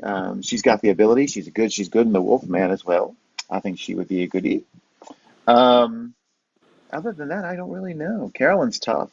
Carolyn's is a toughie because you got to have somebody who can play the sweetness, and the naivete and the sexiness, and it's not easy. That's not an easy come away. So yeah, very multi-faceted. You need a very well for all of them, but particularly for Carolyn, to find someone who is that Nancy Barrett type. Got to think about that one. It's a good question, but it's a tough one. Tiny. Somebody tiny. We're actually going to do a whole episode on what our dream casting would be. Future for a new show, future casting, from the old days. Who could have played? I know there was a thread going on here in our comments about some of the other people who could have played if Joan Bennett had said no. Joan Crawford was one example. I know, but people were throwing out names. So I have a feeling it's funny just going down that rabbit hole. Olivia de Havilland was another. Oh, well, Olivia de Havilland, sure. The grace, all of that. She was gentle appearing, Yes. Yeah. Kind eyes, great delivery. Yeah, but when they did the movie, it wasn't Jim Aubrey, it was his associate. At the first meeting, this guy said, now, we're going to do this movie. We can't use your TV people. I want real stars. And first of all, Joan Bennett's in the TV series. Meanwhile, she's right, famous. Wow. And you're going like, Dan Curtis almost, rightfully so, like popped a blood vessel saying like, Jonathan Frid and David Selby get 18,000 kids at a mall, but you want real stars? Yeah. Jesus. I thought about it at the time, like for Julia, they might have, because of their trajectory of their careers, they might have gone down the road of a Bette Davis or a Joan Crawford. They might have been looking at someone like that. If you think of someone who could be clinical, and I mean, I think at the gate, like I could see Bette Davis playing Julia Hoffman if they had gone with, well, we've got to have name Hollywood stars. I mean, just off the top of my head, she might have been a good choice for. Well, she, Grayson used to do her little Bette Davis, lighting the cigarettes on the candelabrum. Yeah. There was somebody I was just thinking about for Carolyn. Oh my God! And that quickly it popped up. But it was a contemporary of Nancy Barrett's. Um, and I thought she might, if they could move, we could move her into the now. But I can't think of who it was. Damn it! And that wasn't uncommon then, because when they did the big Munsters, Monsters not Go Home. Munster, what was it? Didn't they do two major motion pictures? I, I remember Monsters Go Home. I saw the one with Elvira. So maybe it was Munsters Go Home, with Hermione Gingold, and they took everybody but Pat Priest, who was The Monsters heartbroken. Revenge. That's the TV one. Okay, so the major motion picture, they took everybody but Pat Priest, and she was crushed. And apparently, Fred Gwynn and Al Lewis marched in and said, "Why are you doing this? We're a family." And they got a girl named Debbie Watson, who was adorable and very much a Catherine Lee Scott type. She had a little kind of auburn bob flip, and Mm. but they replaced because they, for whatever reason, they said, yeah, no, we want younger. Not that Pat Priest was that. She's still with us. God bless her. Pat Priest is Hmm. still with us, and doing podcasts and things like that. But it's interesting the way the movie industry worked that way. Why they wouldn't have taken the entire original cast. And Betty Davis probably would have done it because she was doing unusual Yeah, bits in those days. Witch Mountain, I give you yeah, Witch Mountain, that kind of thing. So, And in absolutely. the you late know, '60s, she actually filmed a pilot for a sitcom where she was an interior designer. Was it Oh, she did so many pilots. The Decorator, The which Decorator? is funny. It's her and Mary Wicks. It was supposed to be her and Paul Lind, but it was her. Watch it. It's on YouTube. The Decorator. It's a lot of fun. It's a shame they didn't pick that show up, because she was actually very good. She was very funny. It was a one camera show, so there was no live audience. It was with a laugh track, like so many of those shows. But And she's mm. Oh brilliant wow. in the first season of Hotel. oh, She is sure. so good as the matriarch, the owner of the hotel. Do you remember that TV series, Michael? It takes place. With Cabot, right? From the Ten Commandments and James Brolin, right? Yeah, exactly. Yeah. Oh yeah. Hmm. What was Stephanie her name? She was in Zimbalist. the Ten Commandments. Um. Oh God. Oh well. Betty's replacement was all about Eve. Ann Baxter took over for her. And Baxter, that's the one I'm thinking of. Yeah, And Baxter. after Ten she had Commandments. this, Yep. after she had the stroke, Ann I used to Baxter love was her Hotel. replacement. And those shows used to fascinate me for the bringing in of those actresses. The star Those big quality. heavyweight. Yep, Yeah, like guest Jane stars. Wyman on Falcon Crest. That was interesting to me because she was a big Hollywood, like they did with Joan Bennett in Dark Shadows. Yeah, yeah. So yeah, we're still gonna have to mull over who could be a good Nancy Barrett ish type actress. Again, coming back to the evolution, we get, you really watch her grow up, because even after 1795, and she has the confrontation with Barnabas, she's in her riding outfit. She's got that great riding. She's got the crop in her hand, and I think that's one of the times he summons her. And she and Tony get into yet another fight, and then Tony is out of the way, and then we get Adam and her whole relationship with Adam, which again, not one of my favorite storylines, but you know she she bounced really well. Another saving grace in that storyline is the fact that you've got Nancy picking up a lot, because Robert Rodin was not that strong of an actor. Hmm. So she she makes it work. I love when he's taken her to Widow's Hill, and she's dangling. She's dangling from the edge of the cliff, and it cracks me up every time. She's like, "Adam, for God's sake, do something!" she's, but I again, agree with you. It's interesting to watch for her. her and Thayer David running all around doing all this stuff, and she's so much smaller than him. She looks like a little doll in his arms, in Adam's arms. But there's a scene I just watched the other day where he says, "Can I kiss you?" I Yeah. think just prior to them building Eve or doing the last things with Eve, and she lets him, and you think to yourself, "Ooh, that guy." But anyway, it's interesting to watch her allow him and how she treats him and all that kind of thing. It's pretty cool. And he was like 6'4". So, and Yeah. she's 4'11" or 5'1". So yeah, he said it was easy for me to pick her up. She was like a little doll. You could just hoist her up. He kidnaps her at first, and it's that whole thing, and then from there it goes to her actually caring for him and trying to hide him and protect him and all that kind of thing. It's really fun to watch for her. Because you don't know. I mean, again, it's a little unsettling. I mean, here's this guy who doesn't talk, and she's on a cot or whatever she's on, and you don't know. I mean, not that they would have shown anything like that in 1968, but obviously she's thinking, "Oh my God, what does he want from me?" Right. It's almost as Oh yeah. uncomfortable as with Willie, James Hall Willie, when he is. That's another great scene. It's her Dora Lee scene, as in Dora Lee from 9 to 5. When he traps her in the drawing room and she reaches in and she gets Uncle Roger's gun out. I'm going to turn you from a rooster to a hen with one shot. That's another great moment. It's interesting because in of course Adam is supposed to be Frankenstein, as Peter Cushing would say, Frankenstein, but he kills Victor Frankenstein's love, Elizabeth, in the story. So, and Adam threatens a few times to kill everybody Barnabas cares about.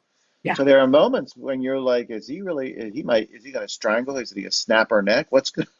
You know, what's going to happen to poor Carolyn? Yeah. Takes Yeah. quite a different route, but you do have that suspicion. Yeah. And then we go from, let's see, what has she had? She's had the boy next door, the bad guy Burke a little bit, Tony Peterson, another kind of a bad boy, kind of sort of.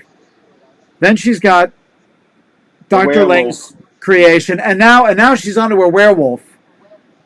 Now Talk about dipping her wick. she, She's gone from. She's how many times has she been with the living dead? yeah, and the vampire, right? She's had this incestuous relationship with her 200-year-old vampire cousin, and now she's on to the werewolf after the Frankenstein monster. It's like, what else can they do? The guys they set her up with, but they were a cute couple. I actually thought she and Don they were a cute Oh couple. yeah, yeah. I agree. The movie too. Yeah, yes, very much so. And this is not telling tales out of school. She liked Don a lot. I'm always Mm. surprised when people don't. They say they found him annoying or that they found his voice. I thought he had a delicious voice. I thought he had a wonderful, deep kind of a. Trying to think what would be the best way to describe Don's voice. But he had some issues. He had some issues Mm. with substance abuse, and she said it was very sad to see. And I think ultimately she was sad when he was gone from the show, which I believe is early on in 1970 parallel time, is Mm. when he finally left the show. But she really liked him, and again, I think said herself what a great chemistry they had, and what they really did make a believable, cute couple. But ye gods, Mm. from the Frankenstein monster to now you're onto the werewolf. And someone just uploaded, there's a fan by the name of Norman Fisher who has in his collection things that have never been issued on DVD. And one of them was that Chris turning into the werewolf I forget which episode number it is, and pursuing Carolyn to the front door of Collinwood. This was preempted for a news report in 1969, and fans didn't get to see it. And the next day they did a recap, but it only exists on a 16 millimeter, and Norman restored it. He managed to get the audio and the 16 millimeter color footage. And it's a shame that this stuff has never been put on. I guess there's several things like this that don't exist on the DVDs. And it's the only surviving footage of, you see Carolyn waiting to go in the house, and you just see the hairy hand in the back, that big mullet of brown fur, watching her as she's about to go into the house. Just an interesting little aside that popped up on Facebook in the last 48 hours. I like that. I like those points with her as well. Like when she is in the tomb, she's chased into the tomb by the werewolf, and she plays that. I mean, how do you play being attacked by a werewolf in a tomb? But she does it very well. She doesn't. She's screaming for help, and it's her there's a lot of bracelet, interesting things right? going Is it her on. Yeah, She's got a the cuff silver bracelet. Yeah, that's what wards him off. She's trying to protect her face, and then Barnabas comes in, and I think that's cool that he fights with him. Now, was Barnabas a vampire at that point? I always forget. He was human at that point, wasn't he? When they were first looking into helping Chris Jennings and Quentin and all of that. Yes. He was still human. Okay. He was still human. Yeah, he was still human at that point. Yes. Okay. Yeah. So he was just because I don't think he becomes a vampire again until he goes into 1897. Then he's re-vampired, and then he fights the werewolf on more even terms, I think. Is what happens there. So that's I like those scenes. But yeah, she does a great job, and then she's mourning her mother, and that's interesting too. My mother's not really dead. I know my mother's not really dead, and there's a dead woman, beautifully put together in a ravishing night in the foyer. Ma! Well, and that whole everything leading up to that, I was again another one with Joan, where she's escaped, and now she's wandering through the woods, and that this is not with Chris, this is with Tom, and she's in the cemetery, and it's, are you the caretaker? Have you come together? Well, why don't you answer me? She lets out this blood curdling scream. I love when Joan screams. It cracks me up because apparently she hated doing it. She despised anytime she had to scream. She hated doing it. Oh wow. Yeah. But that's when she she walks in and screams and does like that with her. She covers her face like that. One of them. She does it in the movie. She does it when she sees Barnabas fighting Maggie in the movie. That's what I'm thinking of. And again, she covers her mouth. It cracks me up because everything is happening so quick. Julia's strangled on the floor. He's getting Maggie down on the bed, and the scream happens first, and Barnabas looks up, and you've got her going, ah! And Roger comes.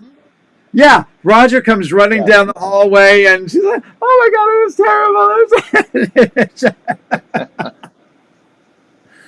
terrible!" Oh God! And then along we're into the Leviathan storyline, and all these little boys.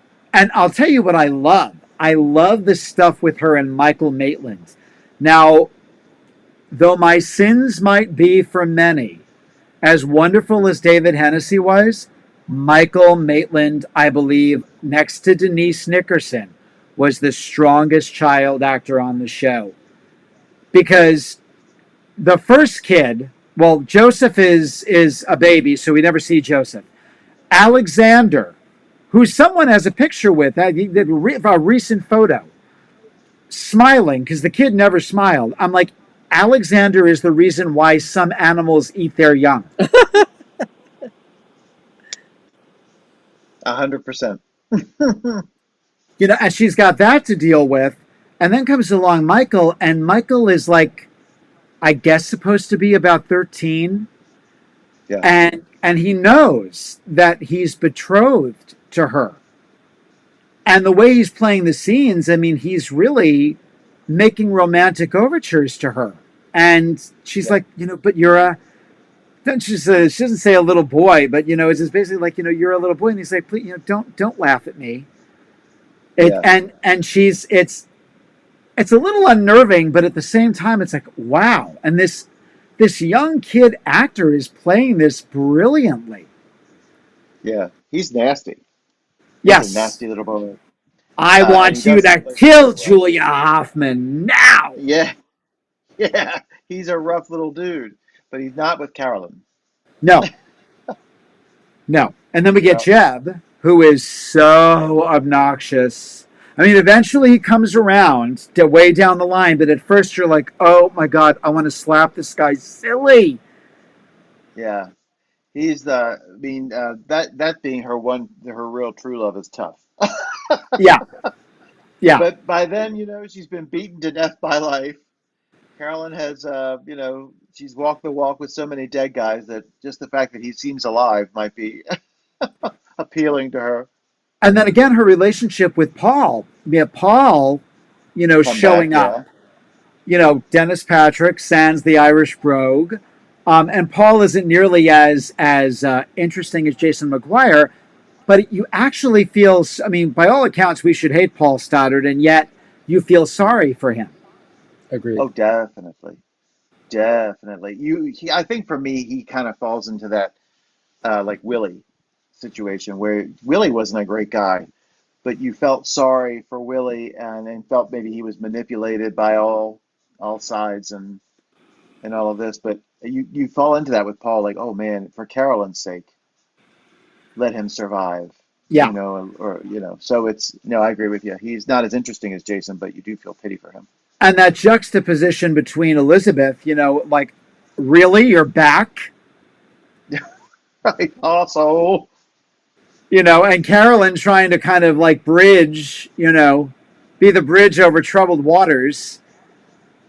My God, I want, this is my father. I haven't seen him in, it's long, well, let's see, 20 years now? 20 years, 21 years that she hasn't seen her father, so. I thought he was dead. I thought you killed him. Maybe not. Perhaps so. Now he's back. He's in Hong Kong. This ancient group of monsters want him, these old pre-life demons. Yeah. Mm-mm. So I love that relationship too. I love seeing all of that. And of course with Jeb, it's what they did with Quentin that they realized with almost every monster. All of a sudden he's reluctant. He doesn't want to be the Leviathan leader. He doesn't want to be what has been put upon him. There's a whole thread going on in our chat room about Jeb Hawks. Jeb Hawks was Brando on steroids. That's a great Nick. Yeah, see, not my favorite Chris Pennock character. I liked him as Cyrus Longworth because he was so sweet. Yeah, I liked my favorite too. Yeah. What was the name of the cousin that was wheelchair bound? Oh, dreadful. Gabriel. Gabriel. He was tough to watch as Gabriel. I was waiting for him to threaten to hold his breath. I'll hold my breath. And then his death scene. Is it? Wait a minute. Is it? I forget if it's 1840 or 1841 parallel time. Am I confusing them? Is he in 1841 parallel time? Yeah, because he doesn't want to go in the room. He doesn't want to go into the lottery room. And when he gets killed, I'm pretty sure, if I'm getting my 1840s mixed up here, when he does get shish kebabbed or whatever happens to him, he's doing this. Oh, how funny. And someone picked up on it. They're like, did you really, was this your thing? Like, I've been killed, and so I'm going to flip the bird to the camera? How funny. Because he's up against that statue or whatever whatever wing of the house they're in, and he gets it, and he's doing this. And I'm like, how did they not pick up on that? Wow. I like him as the man. I like Chris Penn. But that character was dreadful. Yeah, yeah, yeah, yeah. So I do Mm. like him. I do like him as Cyrus. And then again, that Carolyn of 1970 Parallel Time is, well, Will is not likable. Again, Will is not until Barnabas fights him. Then he's likable. But she's just someone who's so over life. She's a little bit like Naomi because she likes to Mm. knock him. She likes to. She has to. She's dealing with this frustrated writer that only had kind of one hit book. Absolutely. Renee agrees with you that Cyrus is her favorite too. Very much, Renee. And Leela Swift gave him the direction. She said they were getting ready. They were getting ready to tape, and she said, "Chris, your Cyrus is too much like Jeb. He's not Jeb. You've got to come up with something." And he said, "I really hadn't done much character acting up to that point, and he had just seen a David Niven movie, whatever would have been out in 1970." And he said, I got it. And he based it on this David Niven character. That's who he based Cyrus on. Oh, fascinating. I'm curious what it was now. Yeah. So Mm. whatever movie David Niven put out in 1970, that was the basis for his Cyrus Longworth. I'm trying to think. Yeah. Interesting. Yeah. Interesting. Yeah. Once we, then when she gets knocked off by Roger, because that's when everything, like, it's almost like House of Dark Shadows in parallel time. Everybody starts to get killed off, like boom, boom, boom, boom, boom. I liked her as Crazy Carolyn too. Yeah, I'm sorry because we're that's right, we're getting into 1995. John, you cited that a couple of months ago, and John wasn't even watching it. I had it on my phone, and he was like, "Where are we?" I'm like, "It's 1995. Flash forward." And I showed him her and like the makeup that she came up with Vinny, which that's all Nancy Barrett. That Carolyn, oh my, it's brilliant. Dark and creepy and crazy and crazy and dark and creepy and Mrs. Havisham rolled up into, you know, She's got the macrame sweater on and She's the brilliant. hair. the severe lips. She's given herself these really pointy lips and low eyebrows. She's like painted her eyebrows lower. No false Watching eyelashes. watching her talk with Barnabas and Julia is sad.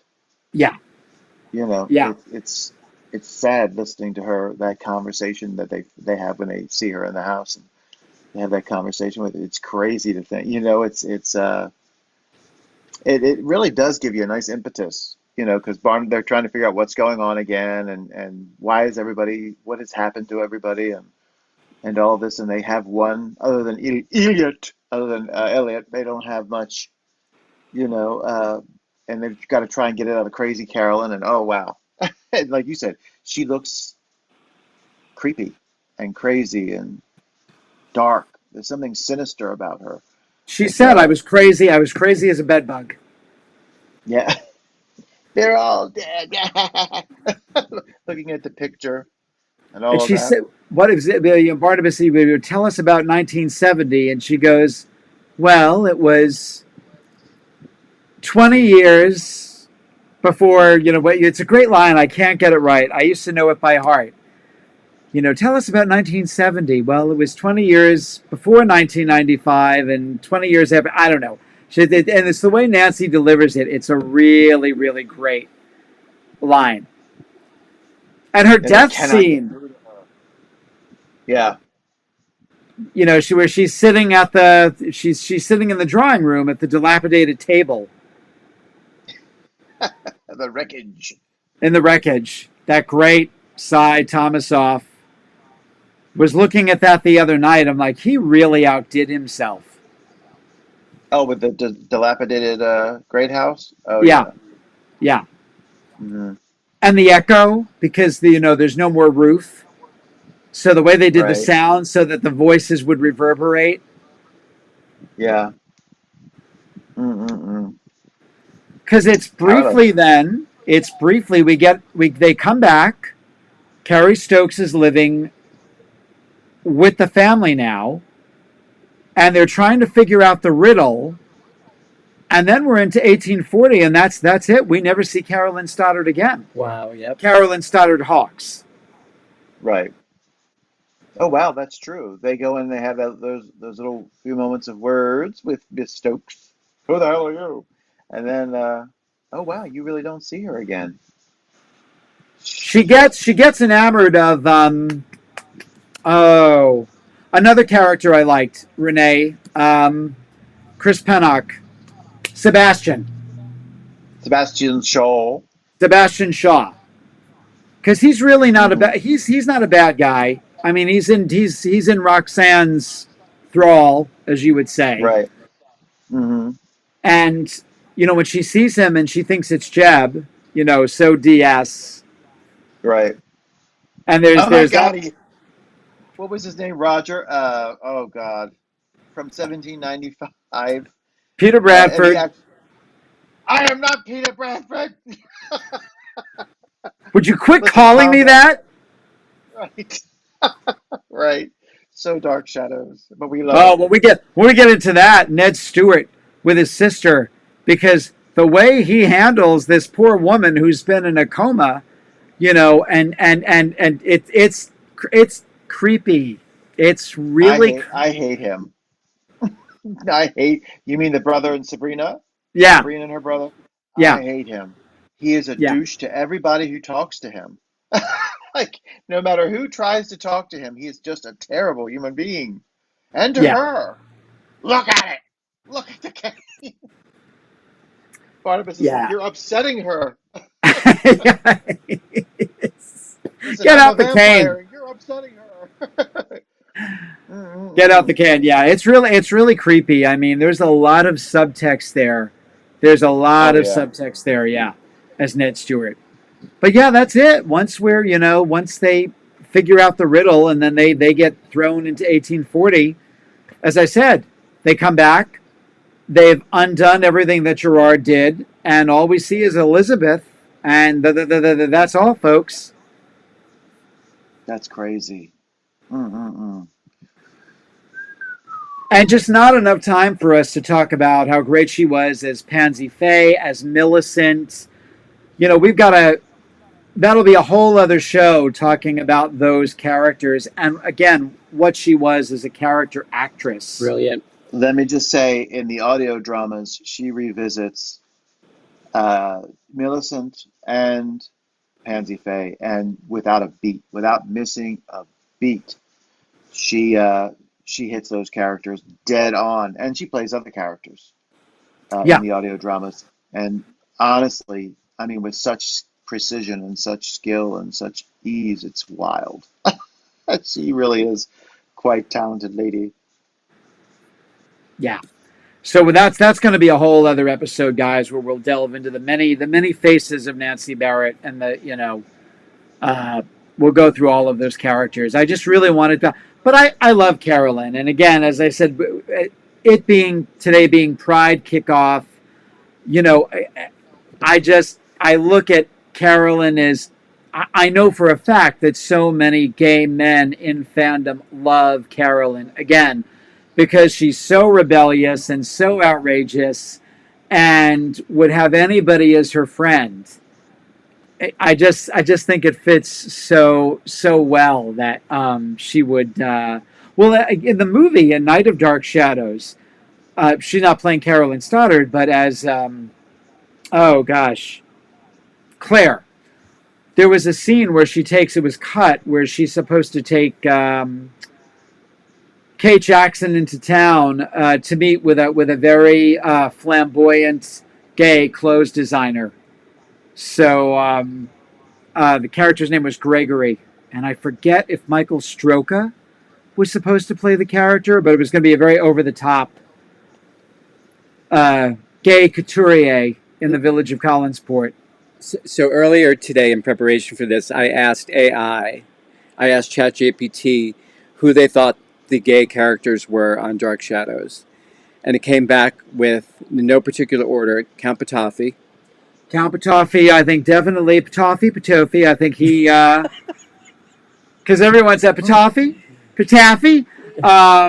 Everyone had their own way of saying it. Oh yeah, well he even makes he has a line with Aristide that hints that Aristide is. That's number 2 is Aristide.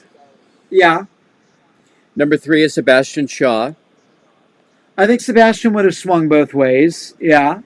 The ghost of Quentin Collins. He was quite the dandy. The AI points out. We'll get, it being Pride, we're going to do a Pride show, so we'll get into the Quentin thing. We talked about that a little bit. And Nicholas Blair. Nicholas Blair. Well, Well, he was in love with Maggie. he was in love with Maggie. This is AI.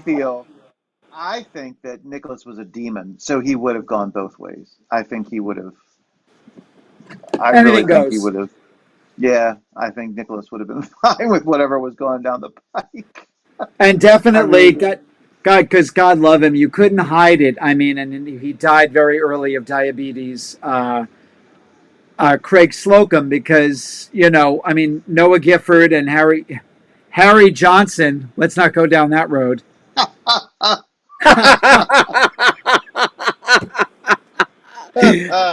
Let's not go down that road. I'm taking that as my porn name. I mean, you had to shut the window or Harry would fly right out. I mean, that's and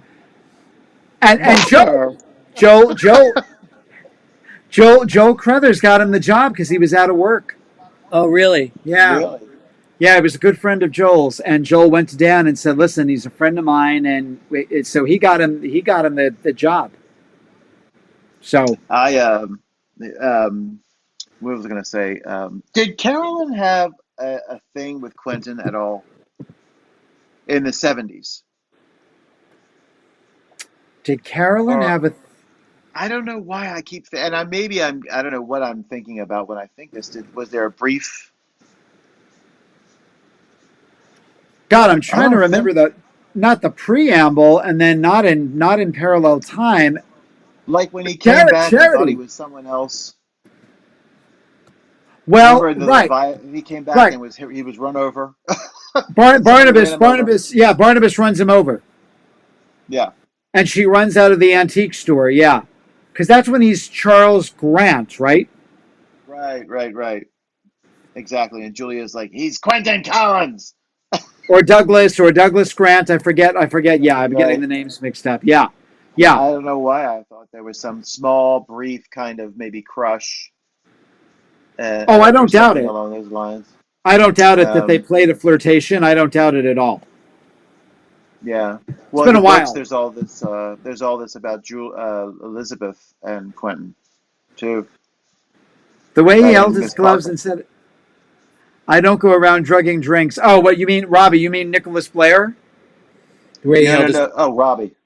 And said, "I don't go around drugging drinks." Seemed a little gay. Yes, he meant Nicholas Blair. Yeah. That's. Well, he had that Douglas smile. Grant. It was Quentin was memory loss. Douglas Grant.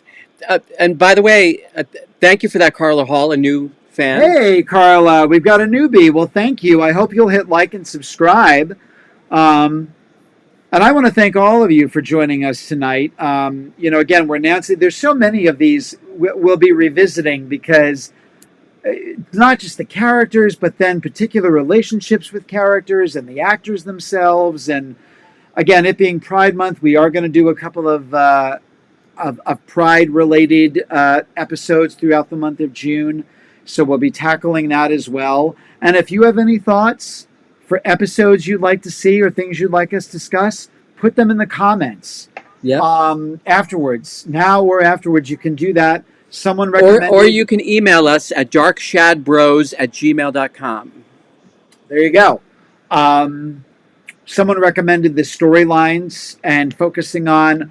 We're definitely going to be covering 1795 as a whole over like over 3 weeks. We'll probably have to break it up over 3 weeks, but we're going to cover 1795. So lots more coming up and more regular episodes because we miss when we don't get to have our chats. So Michael Panzerato, thank you as always for being a gracious host. Thank you all. It's always so much fun. And my other half, DJ Mac, thank you. And thank you to all of you. See you soon. And in the meantime, actually, I'm not going to say stay in the shadows because it's Pride Month. I'm going to say come out of the shadows. Come out of the Live coffin. long and prosper. Have a great night, everyone, and we'll see you next week. And you.